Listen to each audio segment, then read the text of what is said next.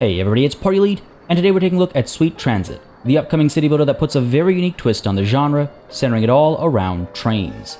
I've been looking forward to this game since it was first announced, and I had the chance to check the game out for myself in its current closed beta state, thanks to the developer sending me a key so I could showcase the game on the channel. All the footage you're going to see today is from my own time playing it during said closed beta, so keep in mind there might be a few visual glitches here and there, and many systems are still up for changes and tweaks. Now, if you like what you see today, don't hesitate to add the game to your wishlist on Steam. It's a great way to keep up to date with games, and it really helps developers out with visibility and awareness too. Plus, I'm sure it's quite the motivator seeing those numbers go up on their end. With that said, let's dive on in and take a look at what's so sweet about Sweet Transit. A simple, complicated loop. The core concept behind Sweet Transit and its core gameplay loop is extremely simple in theory, but on that simple foundation there exists great degrees of complexity. It's important to note that the game is not trying to be a super realistic sim, but that doesn't mean it's throwing elements of realism or complexity entirely out the window. You're still going to be dealing with details like track lengths, section lengths, signals, different types of wagons, travel times, etc., but Sweet Transit also skirts precise realism when it would help create a more challenging set of circumstances, as I'll detail throughout this video. Set during the days of coal-powered locomotives, exploration, and railroad towns, you have a massive patch of land to settle and exploit. In order to do so, you'll be building said railroad towns, setting up resource production areas, and shipping people and goods between it all to keep things growing. This shipping of goods is done using trains over massive distances, and the game has a lot of systems in place to put forward an interesting set of challenges on that front. The first thing a new game presents you with is an overview of the map, where there are a few settings you can tweak to change its overall structure and layout, and the map really is the source of many of the challenges you're going to face as you play. Making bridges to cross bodies of water is more expensive than building on flat land. Mountains can't be cut through and need to be circumnavigated instead, and while some resources can be grown or otherwise acquired regardless of geography, others can only be attained at specifically marked tiles or near specific types of terrain. Between the size of the map and these sliders, you'll eventually find a layout you like, or you'll use an old seed to go back to an old favorite. Either way, once you generate the map, the first steps involve setting up a central warehouse, establishing your first town, and establishing access to a source of fuel. Coal at first, though diesel will be available down the line too. You can only have one warehouse on a map, and it's a central hub for all your construction materials. Almost all city building related construction and upkeep requires some construction material or another, be it wood, stone, or bricks, and you only have access to it in your stockpile if said material is stored in your warehouse. Already you can see how this introduces an inevitable obstacle. Sure, it's easy enough to manage the flow of just one construction material coming from one location, or perhaps even two coming from two different directions. But you can imagine the kind of chaos that awaits for when you have multiple resources coming from multiple directions on multiple trains, each practically competing for position. But we'll get to that in more detail in just a bit. For now, let's stick to that simple core. After you place your warehouse, as I said, you'll be placing your first city center, or as the case might be, village hall. This has to be a minimum distance away from your warehouse, forcing you to consider just how you're going to connect the two. And what's more, when you start placing resource production buildings, they also have to be a minimum distance away from the warehouse and your village hall, and each individual production building has to be directly connected to one station that will only transfer goods from that production building to any of your trains assigned to pick up said good at said station. For example, even if you want to place two lumber yards side by side, they'll each still need an individual station. They can't both work off of the same one. Now again, you have to consider how all these parts are going to connect. Things like food and stone need to be brought from the fields and mountains back to a train station attached to your town, where they'll either be eaten or processed. Construction material needs to be brought to your warehouse from where it's produced, or it needs to be brought to the town to be processed and then taken to your warehouse for storage and use. And of course, laborers from your town need to be taken to all the resource production buildings to actually have them produce anything, and coal from your coal mines needs to find a way onto all your trains for use as fuel. Whether you do that by sending all your trains to a coal mine, or you do that by distributing the coal via train to multiple stations, is entirely up to you, but each approach comes with its own set of challenges. As you cross population thresholds in your city, you'll unlock more buildings for construction both inside and outside said city, and as more resources and types of goods get unlocked, your laborers will have more demands as you try to balance their happiness, their work hours and fatigue-related efficiency, and their access to all these goods and other facilities besides. You'll need more laborers to operate more buildings, and these laborers will need more houses and more marketplaces and fisheries and storage buildings to attract new residents, for which you'll need more construction materials for the purpose of building and upkeep. This will see you building more trains and more resource production buildings to keep up with demands and needs, and as a result of these added trains and added buildings, you'll have more and more stations and tracks to manage, or you might try to retroactively increase your throughput by replacing older, shorter trains with newer, longer ones. But then you'll have to adjust your tracks because they weren't built to sustain this new level of traffic. What's more, eventually, your single train station at your single city isn't going to be able to reach all of its residents, at which point you'll potentially need to build another station and hook it up to your existing train network, or perhaps establish a separate set of lines for it to handle its own set of resources and laborers. The expansion of your city and your rail network go hand in hand, and at its absolute heart, the city drives demand. On which note, let's dive a little bit deeper into building and expanding your city. Some Railroad Tycoon and management type games will feature light amounts of city building, where you'll make small modifications to the industrial part of an existing town, or you'll shift things around to meet your needs at times. Sweet Transit takes things a step further. You start with a completely blank slate. After establishing your warehouse, you'll need to place your village hall.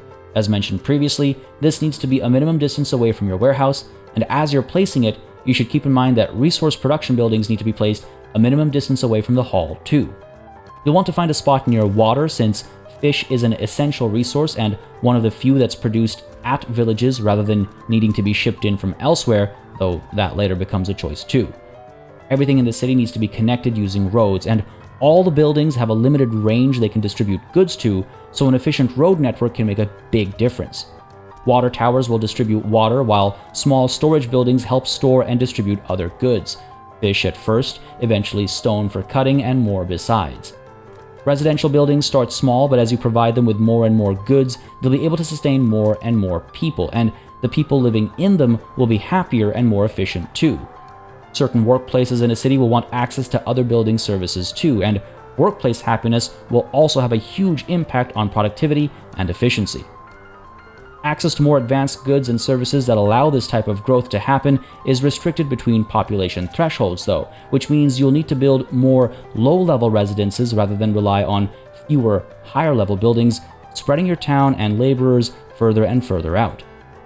This in turn means you'll need to establish more water towers and use more resources just through upkeep.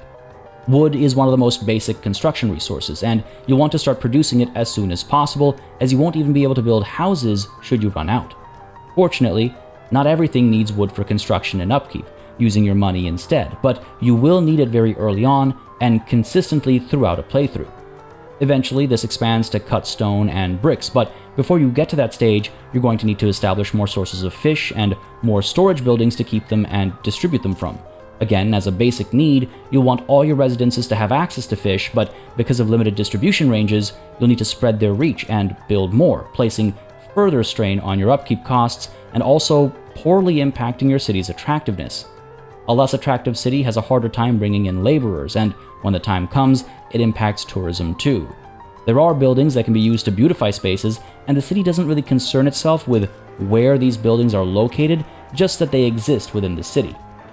You also need to keep an eye on this attractiveness level, since as your needs grow and as you need more laborers at your city, you'll need to keep attracting more people just as laborers, and nobody wants to live in an ugly, smelly dump of a city. There are a lot of cool buildings to explore as you cross population thresholds, and eventually you end up with multiple stations to service all the buildings, allowing people to get to and from work, bringing goods for consumption or processing, or shipping them out to the warehouse for storage. And if all this isn't complex enough for you, you can absolutely establish multiple cities, each with their own roles in your greater ambitions, each only growing as much as you need it to perform specific tasks, and each needing different levels of service to keep sustainable. But as much as these cities, towns, and villages are a driving force in the game, it's time to take a look at what drives them. Your Railroad Tycoon. The train management side of things are quite complex in Sweet Transit too. Again, it's not trying to be a true-to-life simulator, but that doesn't mean it's going to take it easy on you. First thing to note is that while construction in a city can often rely on construction materials, your train-related developments use money instead, acquired primarily through taxes and spent when buying equipment, tracks, and buildings, as well as maintenance costs across the board. Now, when you establish a station, you determine the length and number of platforms it has, build bridges to provide access to them if needed, and connect it to roads to give access to residences at your towns, or connect them directly to production buildings out in the wild. You'll want to add coal storages to some stations too, an essential structure for any station where you want trains to be able to refuel, but of course, you need to actually bring coal to these stations in order to use it in that way. Platform length determines if a wagon can actually interact with a station or not, and you can't just get away with long trains stopping at tiny stations with small platforms. After your stations are in place, as you might imagine, you'll have to connect them. Track construction itself is simple enough, though working around the grid system and geographical obstacles will challenge you. You're also responsible for establishing signals, using regular and chain signals to determine which direction a section of track flows, where trains wait to let other trains pass, and which platforms trains end up at. Signals, track segment lengths, and smooth operation of junctions and stations is a fun challenge, even if you're previously unfamiliar with the topic, and as your network gets larger and more complex, you'll find yourself coming back and making adjustments and tweaks, something Sweet Transit fortunately makes very easy to do. Trains are put together by your own self too, and you need to keep in mind the length of the train, if you want it to be able to drive in both directions or just one, and the cost of producing, maintaining, and fueling the train. Different wagon types get unlocked as different resources become available, and you can mix and match wagons if you'd like to have multi-purpose trains or keep each train for a specific purpose. The length of your train depot determines the longest a train can be, so you'll want to keep that in mind when planning its placement, and all trains originate from the depot and can be magically sent back there with a click of a button should things go catastrophically wrong. Again, the game is challenging, not unforgiving. Trains are then assigned to routes, which, again, you establish yourself. Through a series of destinations and things to accomplish and wait for at each, you can get quite specific with how you want your trains to operate, where you want them to go, in what order, and for what purpose. Does one massive passenger train drop laborers off at multiple workplaces before returning home? Do you want massive trains that move lots of cargo at once, or smaller trains that take less space on the tracks but carry fewer units of goods as a result too? Do all your trains need to be able to move in both directions, or can you save on some costs and space building a loop for your trains to use instead? Trains low on fuel start to move extremely slowly. Will you send them all to a coal mine to acquire fuel, or will you distribute the fuel across multiple stations so that refueling can happen at more places? Will some trains need to be able to carry more fuel than others for longer haul trips across a massive map? Whatever your decisions may be, you have to always keep in mind production rates, the rate at which goods actually flow into your warehouse versus the rate at which they're being consumed by maintenance, and the flow of fresh workers being delivered to a workplace where the laborers have become tired and inefficient. You need to consider which goods are needed where and in which order, and you need to plan your routes to be most efficient, avoiding bottlenecks or at least minimizing them where possible, retroactively improving older parts of your network as things get busier and busier. My overall impressions. My time with Sweet Transit has been fantastic, though not entirely frustration-free. I can happily say, though, that these frustrations are almost entirely born from being challenged by the game. There were many times I expected Sweet Transit to take it easy on me. It's in beta, it's such a cute-looking game, surely it won't be as punishing as, say, Workers and Resources Soviet Republic, a game whose cruelty and dedication to realism knows no bounds. I was wrong. Sweet Transit expects to be taken very seriously, and I love it for it. I think the art style is fantastic, though I do wish the grid worked better for tracks cutting diagonally across. I'm not a big fan of how janky that can get at times, and how janky the signals look placed on a square grid, not lined up, or parallel tracks changing how far apart they are after a turn. It's not game-breaking, but it definitely stands out compared to everything else. Overall, the music has a ton of charm as well, immediately teleporting me to a different era with very chill vibes. It almost juxtaposes the situations you'll find yourself in at times. In this beta state, I came across very few bugs, if any, and I'm already seeing just how much potential there is here. As the pool of resources, products, and building types grow, the game naturally evolves into a denser, more interesting beast, and it's got mod support planned for day one. But even where it sits right now, it has a lot to offer. The city building aspects go well beyond other games in the same subgenre, giving you a blank canvas to paint on, and the challenge of growing your city and keeping everybody happy at the same time as managing the rail network that allows that to happen in the first place is beautifully balanced. I'd initially thought Sweet Transit would be like any other such railroad tycoon game, and don't get me wrong, I do love that subgenre as a whole, but I'm really happy to see Sweet Transit is in fact quite a bit beyond that scope, and it doesn't just feel tacked on, it's all a part of the core gameplay.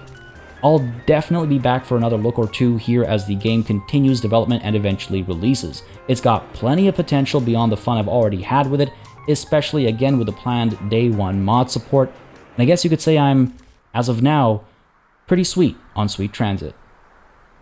If you like what you saw here, don't forget to add Sweet Transit to your Steam wishlist and let the developers know that you're interested, and if you have any thoughts or questions, drop them in the comments down below, and I'll answer what I can.